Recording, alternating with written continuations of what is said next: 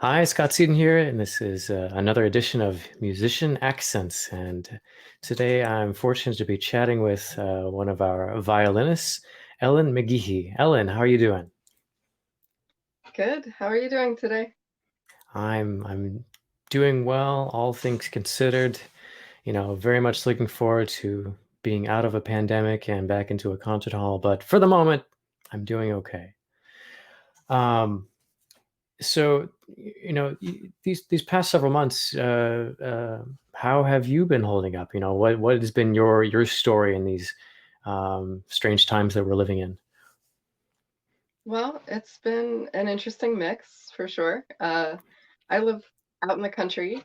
I live in Trinity County, which is west of Reading, where we do concerts sometimes.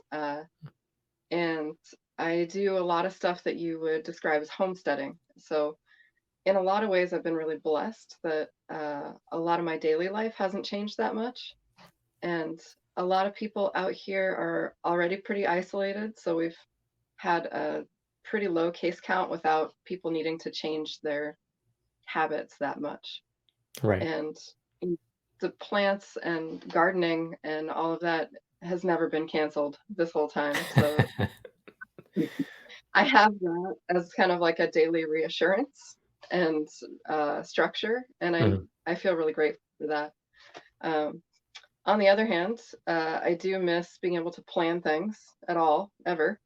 Um, and have them work out. And the kind of string of natural disasters has been quite the doozy. So, it's a very mixed bag this year. I certainly understand, and it is good. There are perks to living in more isolated areas where you can stay away from sort of the bulk of people and not be as concerned with everything that's going on. Hopefully, it stays that way for you and the area you're living in. Um, Yeah. so let's dig into Ellen for a little bit. So let's backtrack a little while. And how did you get started in music? And how did you start out on the violin, or what's the story there? No, I actually started on piano when I was 8. Um, my piano teacher lived across the street.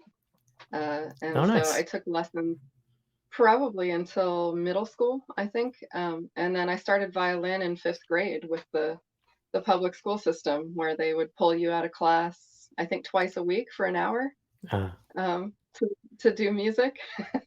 And then I started doing private lessons with the violin in middle school as well, and kind of gave up piano when I was about 15 because it was just too much and focused on the violin after that. mm. Uh, Ended up going to music school and all the rest. And all the rest. Um, and speaking of music, do you have maybe one particular moment or one particular experience that may have solidified it for you, or was it just a culmination of things? How did that work out for you? In terms of deciding to take it as a serious path, or Right, right. hmm. I don't know if there was a particular instant. It was more that, as nearing the end of high school and you're supposed to be thinking about what you want to do while you're out on your own and how you want to shape your own life. Music was really one of the things that I enjoyed doing the most. I liked all the different subjects in school, but when it came to like actually how to spend my time, I would usually pick music. Hmm. And it just seemed like a really interesting challenge to try to make a life out of that. Kind of a less I tend towards taking the less traveled path. Um, Within the framework of academics, music seemed like the more interesting, unusual path that would allow more of my own kind of individual exploration. Right. Okay.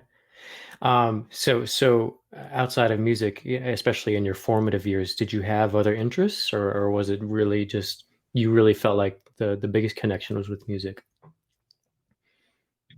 Yeah, in terms of other interests, I had plenty. Uh, I was definitely into writing in my younger years, Mhm. and uh, also studied astrophysics in university as well. Really? Wow. Uh, Yeah, that's actually my undergraduate degree, is in physics. But uh, Yeah. so I was kind of all over the place. Like I had a lot of interests, and it's for me the challenge has always been actually picking um, one thing instead of many. So with astrophysics and physics, like where did that spark come about? Was there something in your childhood that sort of like, oh, I need to study physics? Like, do you do you love math as much as you love physics, or is there something specifically about the realm of physics that interests you? I think I had a really great physics teacher in high school, and um, he kind of showed us that physics is a way of really being able to explain anything or investigate how anything works. And it seems in some ways more fundamental than the other sciences, less specific, Mhm. because you really get into like the abstract of like, well, how does everything work? Um, and I found the challenge of problem solving and figuring that sort of thing out really interesting. And then I've always been fascinated with astronomy and the stars. And my dad had telescopes when I was a kid, and so it I just picked whatever was fun, you know? Well, that's awesome. Whatever seemed I actually contemplated a major in physics. I actually double majored in math and music, but with physics, I was also deeply attracted to the subject area because of the high school class as well. I mean, I remember building roller coasters for for a car. Making the car had to go through the loop, and you had to calculate velocity and all that stuff. And then mhm. we did an egg catapult. You had to build a catapult and shoot the egg as far as you could using it had to have a very specific weight to distance ratio. It couldn't be too heavy. And then the winner with like the best ratio won. And I came in second because I was beaten by a little tiny like ice cream spoon, like rubber banded to a little like thingamabob. And even though it didn't shoot the egg that far, it still weighed like nothing compared to like I had like two boards and like this thing that like threw the egg like 50 yards, and it was just a little bit too heavy. But anyway, it was still a really fun experience and turned me on to physics a lot. So that's great. That's awesome Right, that you have so it's many so interests. satisfying to Oh, it was feel awesome. like you know how things work, you know? Yeah, that's awesome. um, so back to music. Do you have a favorite composer, or is it just sort of you like conductors, like most musicians? You really get into whatever you're playing in the moment, or um, Yeah, much more of that. I mean, to me, music is it's almost hard anymore for me to have opinions that are subjective about music. Like, "Oh, I like that," or "I don't." It's just all different experiences, you know? And I might personally enjoy one experience over the other, but, like, ranking them or saying one's better than the other seems almost odd to me. right, right, Um, right. there's certain I mean, gosh, there's certain things that I have an affinity for, late Schubert, but that's like you said, that's what I'm working on right now. I'm working on the Schubert G major quartet, so I'm like fascinated with the last period in Schubert's life. Um, but I think you hit the nail on the head with it's whatever I'm immersed in at the moment is probably my favorite. Right, right. I feel the same way. I mean, I do, however, there's like a certain like set of composers that I think I associate more with. For example, Stravinsky, Sibelius, Haydn. It's just kind of a weird mix, but definitely I've learned to like a lot of composers that I didn't necessarily so like in high school and college, but it's been a learning. It's been a giant discovery curve. Let's say that. Yeah, Um, right. and let's go back to the North State Symphony. How long have you been playing with the symphony? Actually, that's a good question. How long have you been a conductor? Since 2015. So this is Okay, my so sixth season. I most likely started in 2014 then Okay. because I did do a few concerts with the previous conductor. Okay. Okay. Um, And since then, has there been a particular North State Symphony concert that has been memorable in some way? oh, yeah. I'm really fond of the Saint-Saëns Organ Symphony. The last concert that we did Yeah. live. Yeah, Oh, that yeah, I was think so. Or at least the last masterworks. But no, I've always been fond of that piece, so that was really fun to get to play that. I mean, it's so huge, and I love that the organ is not actually like just the one soloist. It's actually really part of the orchestra. exactly. Yeah, it's such a great piece. And I had gone into studying that piece being more familiar with the movie Babe. And so I cannot I cannot get into the last movement without picturing this tiny little pig herding herding sheep. So it's really funny. But yeah, great piece, and certainly a huge sort of fanfare for the unexpected end of our season last year. um, Yeah. so part of the reason we're talking today is because the symphony we are going to display some of your work outside the North State Symphony. So first of all, let's talk about your collaborations outside of the symphonic realm. So obviously, you're very big into chamber music. Can you talk about that for a little bit? Yeah. Um, Basically, I shortly after I moved out to the country, a friend of mine from undergrad who's a pianist came out to visit and absolutely loved the place and how beautiful it was and just the lifestyle and everything we were doing. And um, I said, yeah, but I miss playing music with people regularly, all the time because I wasn't at the time. And Mhm. he said, well, that's easy to fit.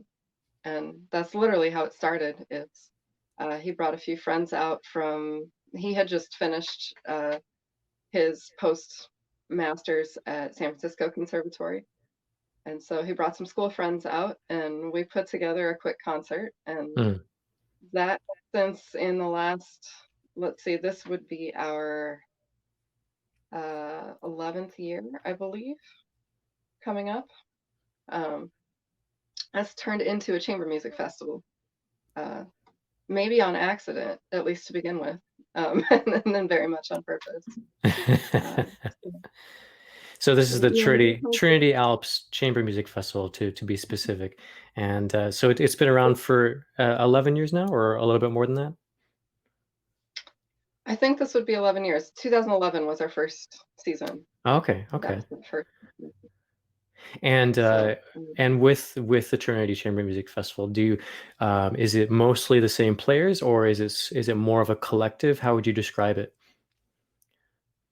yeah, it's a lot of returning folks, but there's almost always new people every Hmm. summer. And so it's kind of a rotating cast of characters with a good number of returning folks. Uh-huh. And people come from all over. A lot of them have connections back to San Francisco from conservatory days, but not all of them. Uh, some of them now the web has kind of spread wider. So, Right, right, we've right. got occasionally people coming from Europe, but East Coast and Alaska, and it's really fun. And um, one of the fun things is people basically camp at my place in the summer anyway, not in the winter.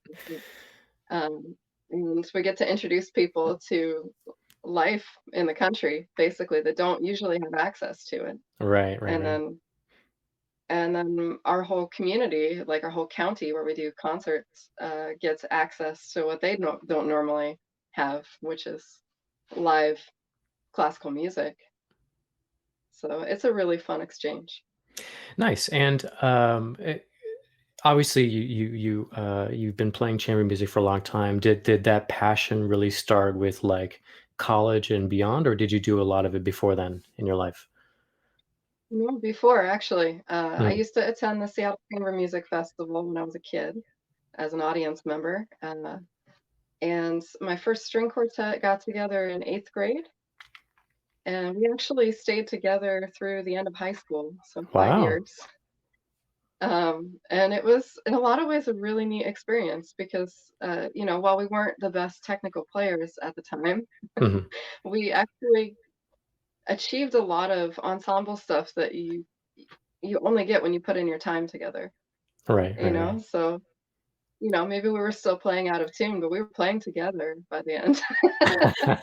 And That was a really experience, really formative. Right, right.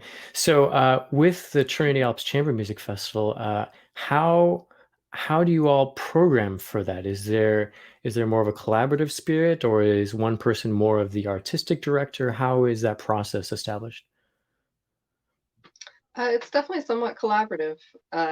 People will usually how it works is there'll be a period where people can submit ideas or requests, and then in the end, somebody's got to actually decide how it all fits together. And it's usually a bit of a math problem with like, okay, who can come which week, and Right. how are we going to schedule rehearsals so that everybody has enough to do, but we still have time to make dinner and and going to the river in the afternoon is pretty important if people get grumpy if they don't have swimming time. So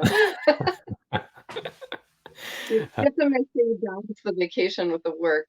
And so it really is like a bit of a math problem trying to make sure that like you don't overlap people in different groups. And so sometimes repertoire choices happen because of group arrangement, basically. Mhm. Uh, But I see. usually the summer especially will be kind of like organized around a particular piece that we'd really like to do. Like one year we did Appalachian Spring, Okay. the original version.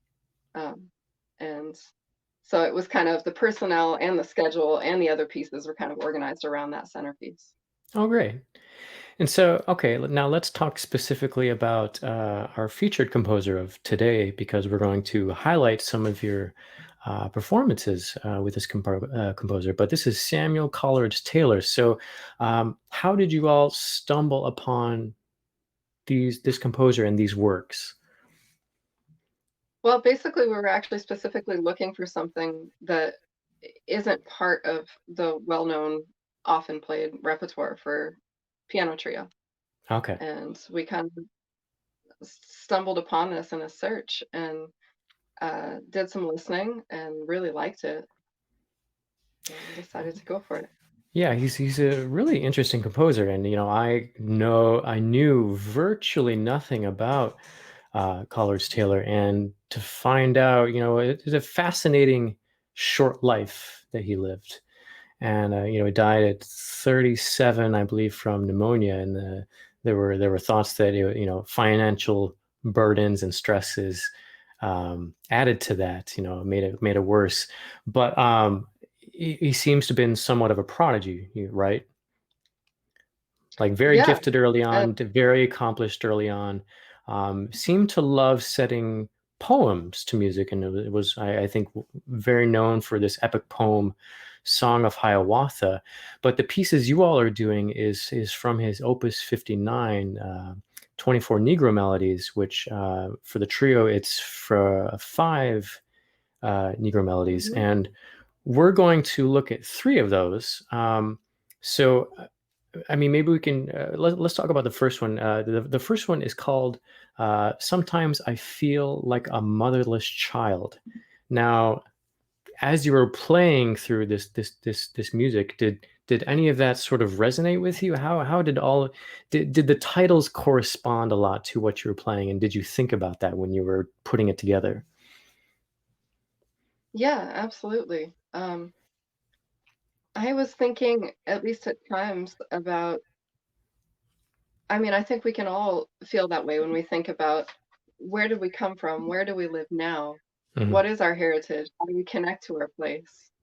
And for Coleridge Taylor, when I looked into his heritage, I mean, he's British, but his father was from Sierra Leone, Hmm.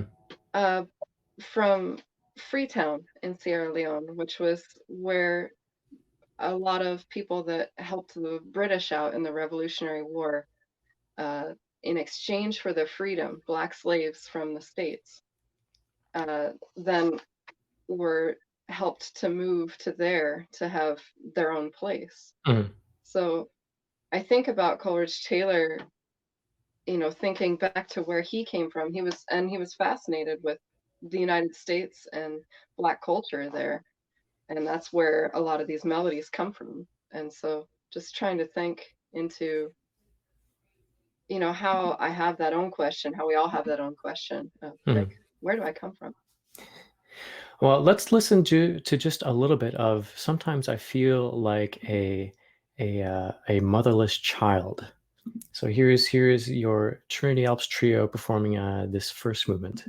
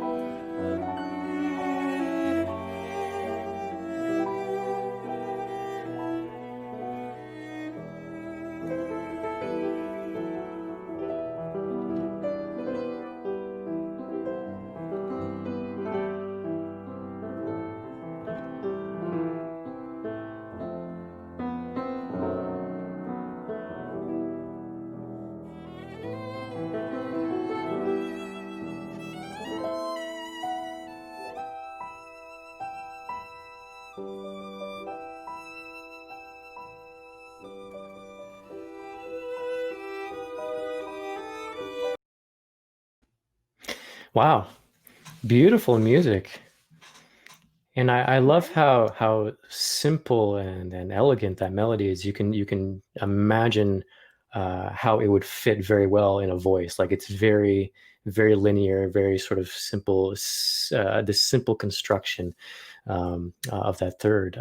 Yeah, lovely. But it's almost like yeah, it's longing. It's got that sense of nostalgia about it.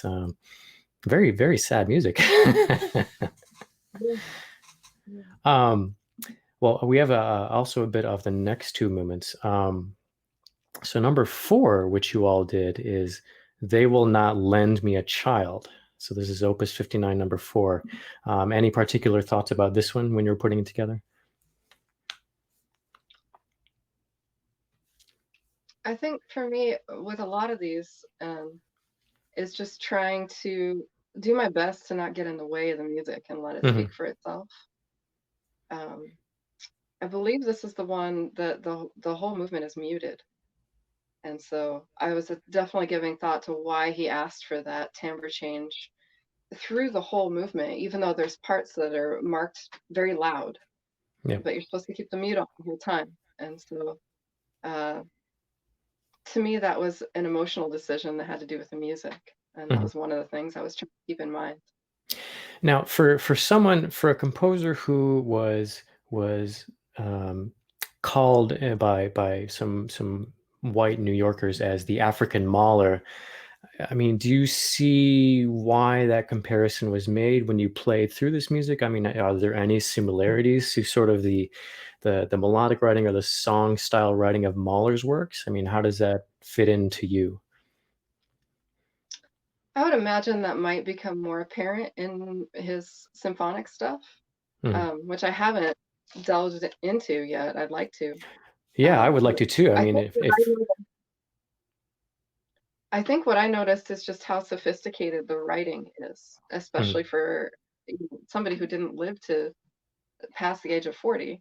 Right, Um, it doesn't get in the way of these simple spiritual melodies. right. And yet everybody's got something to do. The harmonies are complex and sophisticated. The transitions are fairly seamless, and there was nothing awkward about them. Well, And I found myself surprised, like, why isn't this guy more well known? This stuff exactly. is great. Well, let's listen to a little bit of the next movement. This is "They Will Not Lend Me a Child." Let's hear this.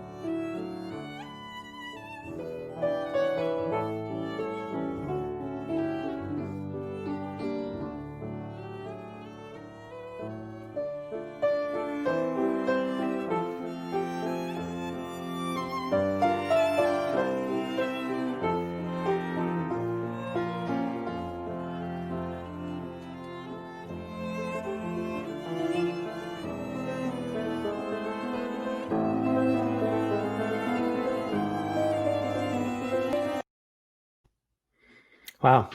I love the more conversational aspect of that one. And that one you can definitely hear, you know, the similarity to someone like, say, Gustav Mahler, especially since Mahler was of course very well known for writing in a chamber style, even in his large works, even in his symphonies, emphasizing that dialogue, that emphasis in sort of just simple lines, simple textures, and then going into the large forces. But I love that movement, and just this pleasant exchange, this communication, and then again, but again, I still felt that longing, that sort of seeking something, but beautifully done. And tell us about where this was recorded.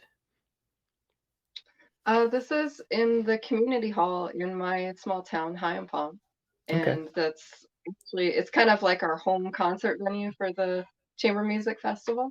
Hmm. And the piano is actually one that we purchased for the hall, Oh, Ian and I. really? Yeah, for the festival. Yeah, we've put pianos in many remote locations now over the years. Well, it seems like a great little space, and very intimate. You all did a great job with the production aspects of it. It seems like, yeah, we're just drawn into the atmosphere, into the musicscape.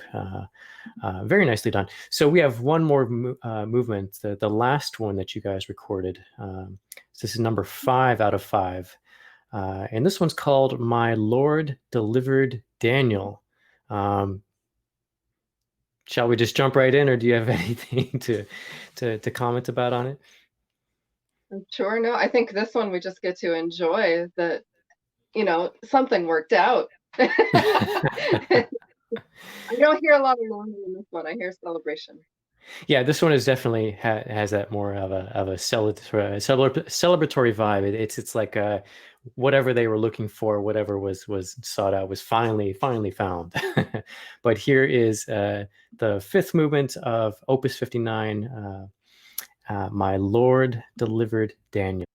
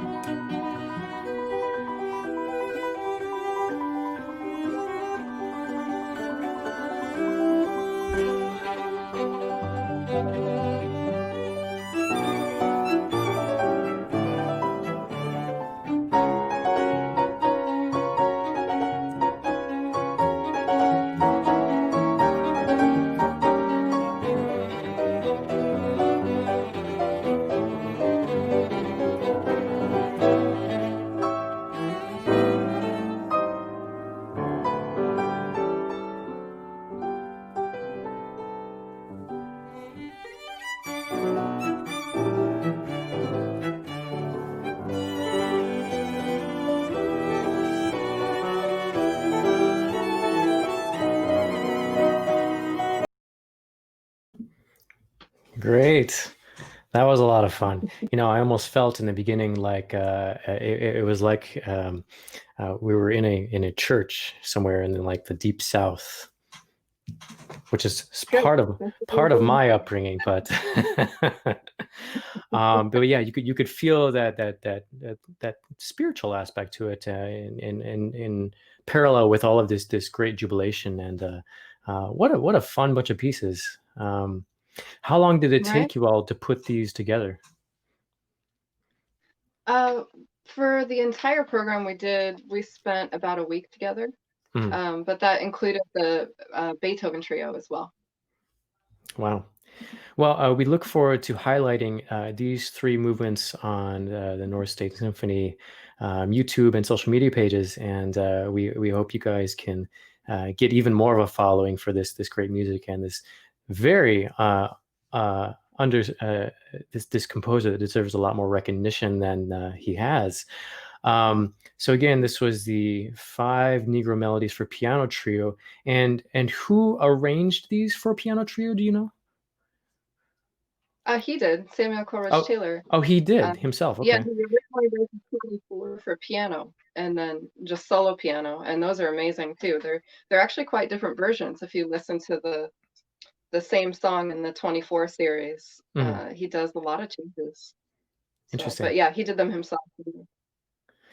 Well, Ellen, thank you so much for the insight to this great composer, Samuel Coleridge-Taylor. And it was also very nice to get a little bit of insight into, your musical upbringing. And I hope our listeners get a kick out of that. And most of all, I can't wait to make music with you again at some point, whenever that is, whenever we can all safely gather together. Great. Yeah, thank you so much for the support. And it's great to be creative and do something together despite all the restrictions. Oh, absolutely. All right, Ellen, thank you. And I hope to talk to you soon.